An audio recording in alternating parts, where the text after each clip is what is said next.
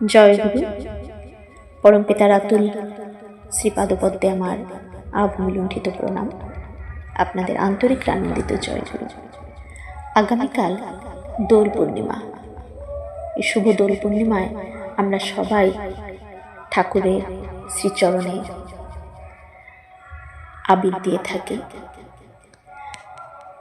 তো আচার্যদেব এই আগামীকাল কি করতে নিষেধ করলেন, আর অবশ্যই আগামীকাল ঠাকুরকে সিন্নি ভোগ দেওয়ার চেষ্টা করবেন, কারণ এই দোল পূর্ণিমায় সত্যনারায়ণ পুজো করা ভালো। এই দোল পূর্ণিমায় নারায়ণ পূজা করা, মানে প্রত্যেকটি পূর্ণিমাতে নারায়ণ পুজো খুব ভালো করা। তো কাল দোল পূর্ণিমা, আর নারায়ণের সিন্নি প্রসাদ অত্যন্ত প্রিয়। আর নররূপে নারায়ণ আমার ঠাকুর, আমাদের দয়াল পুরুষোত্তম, তাকেই আমরা নারায়ণ রূপে পুজো করি। কারণ ঠাকুর ওই পুরুষোত্তমের সৃষ্টি, সব দেবতার সমাহারে আমরা সকলেই জানি। তিনি নারায়ণ। আর ঠাকুর নিজে বলে গেছেন কোন এক মাকে যে শুক্লপক্ষের শুক্রবার আমাকে সিন্নি ভোগ দিবি। তাহলে এটা পূর্ণিমাতে দেওয়াটা তো অত্যন্ত ভালো।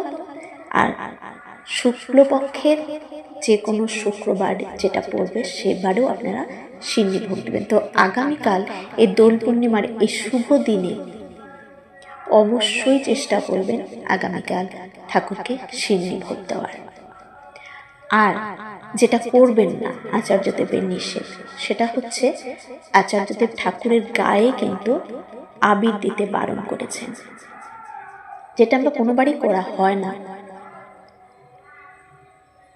মন্দিরে যেসব সৎসঙ্গ কেন্দ্র মন্দিরগুলো রয়েছে, সেই মন্দিরে আলাদা ঠাকুরের দোল মঞ্চ বানাতে বলেছেন, সেখানে সকলে আবির দেবেন। আমরা দেখে থাকবো বিভিন্ন ছবিতে দেওঘরে যে আলাদা ঠাকুরকে দোলনায় বসানো হয়ে থাকে, সেখানে সবাই আবির দিয়ে থাকে। আমরাও বাড়িতে ঠাকুরের বিছানা ওইভাবে ঠাকুরের গায়ে কিন্তু আবির দেব না। আমরাও বাড়িতে সামনে প্লেট রাখবো, নাহলে বাটি রাখবো, রেখে ঠাকুরকে উদ্দেশ্য করে তার চরণে ওই বাটির মধ্যে আমরা আবির সবাই দেব, ঠাকুরকে দেব।